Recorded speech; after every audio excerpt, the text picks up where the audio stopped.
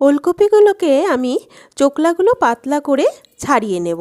পুরোটা ছাড়িয়ে ধুয়ে নিয়ে তারপরে এই গ্রেট করার মেশিনটা দিয়ে মোটা দিকটা দিয়ে আমি পুরোটা গ্রেট করে নেব। তারপরে আমি কড়াইতে তেল গরম করে জিরে, তেজপাতা, গোটা গরম মশলা ফোড়ন দিয়ে ছোট ছোট করে টুকরো করা আলুগুলো লবণ হলুদ দিয়ে বেশ লাল করে ভেজে নেব। তারপরে মশলা দেব জিরে, আদা, লঙ্কা আর অল্প একটুখানি টমেটো বাটা দিয়ে খুব সুন্দর করে আমি এটাকে কষিয়ে নেব।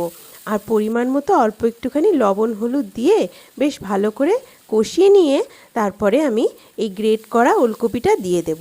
এবার অল্প একটুখানি এর মধ্যেও লবণ হলুদ দিয়ে নেড়ে চেড়ে আঁচটাকে কম করে দিয়ে মিডিয়ামে রেখে আমি ঢেকে দেব। কোনো রকম জল আমি এখানে ব্যবহার করব না।